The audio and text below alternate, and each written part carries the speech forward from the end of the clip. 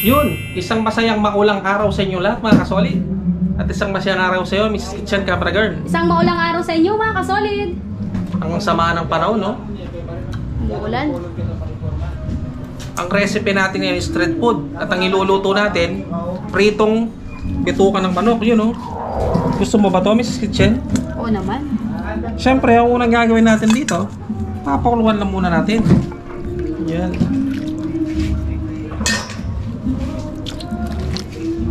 Ilalagay natin sa stick mamaya yan mga kasolid. At sasangkapan natin ng luya. Yun know, luya, laurel, tsaka paminta. Sama-sama na yan para mawala yung amoy niya. Tsaka pampabango na rin mga kasolid. Yun know. At lalagyan lang natin ng asin. Dagdagan natin ng asin mga kasolid dahil tatapod lang din naman natin ng sabaw. Di naman nahalat to. Yun know. At papakuluan lang natin to siguro mga 5 minutes para hindi siya masyadong lumambot.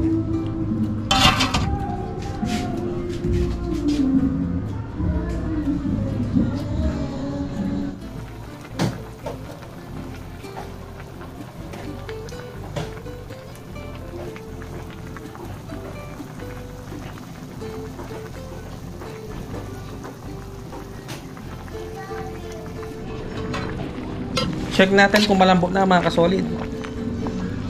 Pwede na siguro to. After 5 minutes mga kasolid.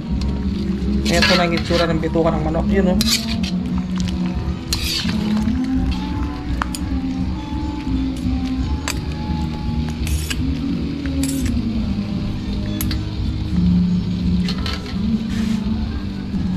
Papalamigin lang natin to mga kasolid bago natin tugugin. Yun, no? So yun mga kasolid, dahil malamig na, hindi na tayo napapasok, start na nating tugugin syempre. Kailangan malinis ang ating mga kamay.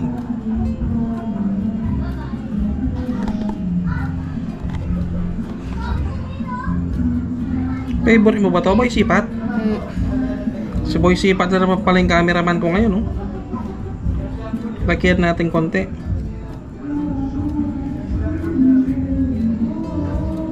Sobrang napakadali lang nito mga kasolid, yun, no?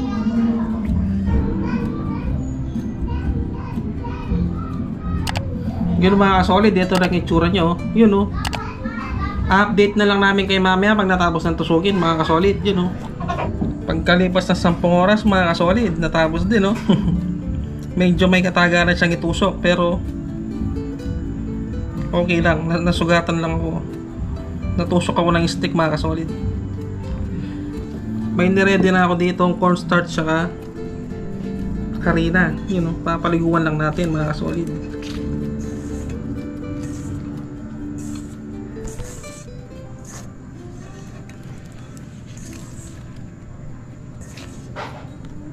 Parang yung nabibili sa kanto, no, Boy Sipat?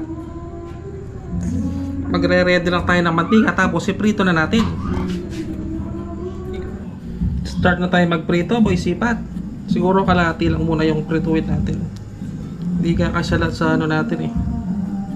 Sa may wagang maliit na kawali.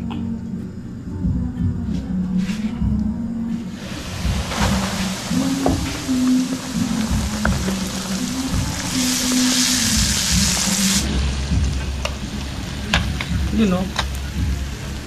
Ito yung tinatawag nilang purong bituka ng manok. Wala siyang masyadong harina, oh. Yun, oh.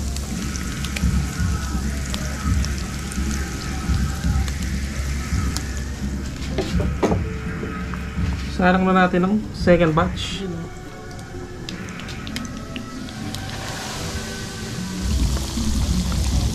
Luto na rin yung second batch natin, oh. Yun, oh.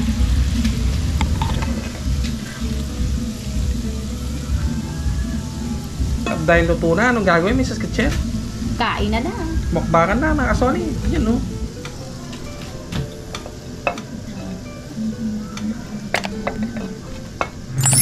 So yun mga kasolid, dito natin nilutong pritong bituka ng manok. Yun, no? Street food, oh. At bago nga pala kami kumain mga kasolid, babatiin ko ng belated happy birthday si Tiffany at Stephanie Bukod. Birthday nila nung September 3. Happy birthday po. Yung kambal Ay, ni yung Boss anak. Rolando Bukod. Ayun, anak. Malulusog yung mga bata yan, mahilig din sa pagkain. Happy birthday. Happy birthday sa inyo, Stephanie and Tiffany Bukod. At shoutout din pala si Mutcha Boy Fishing TV. Shoutout sa iyo, sir. Shoutout po. At syempre, shoutout din ng Aquino Brother, si Romeo at si Richard Aquino. Palagi nanonood yung mga yan. Ano, kain na tayo? Kaya na tayo. Uunahin ko muna to, yun o. Yun o. Cheers tayo. Sarap. Siyempre, sausaw muna natin sa ano. Ako, iipunin ko muna ganyan, no? Para malagay yung subo. Yun, no? Sausaw. Cheers tayo. Kain po. Lambot. Grabe. Bawal siya sa kanin. Subo ka, no?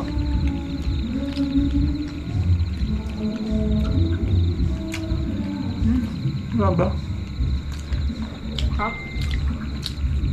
Kain po tayo, Madam ni Crafty Lady. Solid na pituwa siya dahil hindi na ako gumamit ng ano, yung dry butter ay ng wet butter kasi pag ginamit mo ng kakapal. Puro talaga siya na. Siyempre yung mga nagbibusiness kinakapalan nila para sa harina. You know, lagyan natin ng ano, sibuyas tsaka sili. You know, kain po.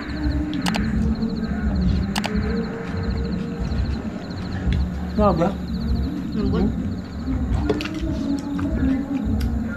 Sarap.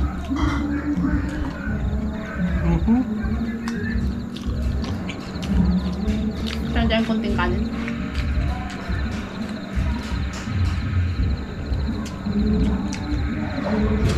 You know.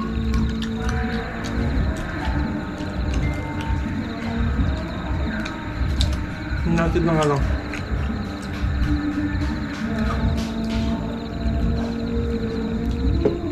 You know. Kain po.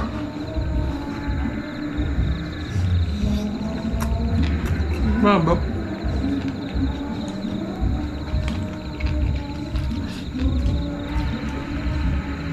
Pakalambot. Tabo ako din. Kain po tayo. Grabe naman yan, sarap.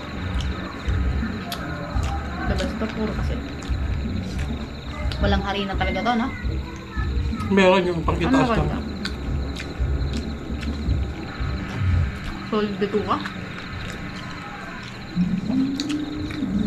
Lalagyan natin ng ano. Siri, no? Kain pa.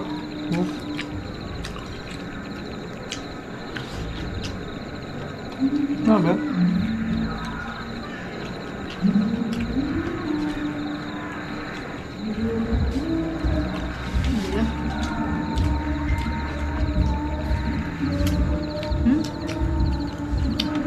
Sabay masarap din ang suwa natin, no? Sarap.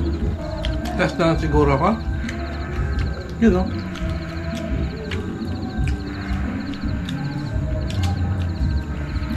Sobrang napakasarap nito. Sana po kayo yung recipe ito, mga solid. Still, no? Foods, no? Gusto to ng mga OFW natin. Siyempre, na-miss nila yan. Siya na lang din ako. Sarap. Naghihintay na si Boy Sipad, gutom na daw siya. Bantay muna siya ng bata. Pag si Boy Sipad po yung cameraman ko, siya po yung nagbabantay ng baby. Sa kalitan po sila. Pag wala si Boy Sipat, siya po yung bantay. Yun, kain pa. Sausaw natin sa suka. Yun, no? Sarap. Tapos hindi mapait yung bituka, no? Malinis, ha? Sakatok-sakot yung pagkalinis.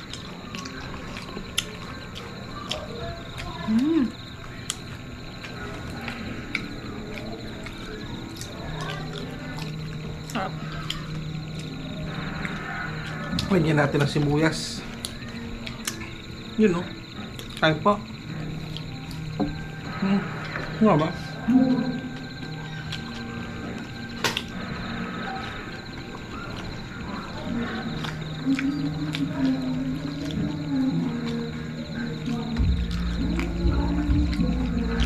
So off-cam na lang tayo kumain. Busog na ako. Cheers tayo.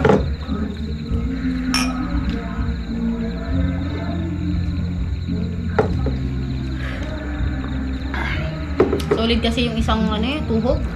Ang daming laman. Isa pa lang masosolve ka na, no? Ako nakadalawa lang ako eh.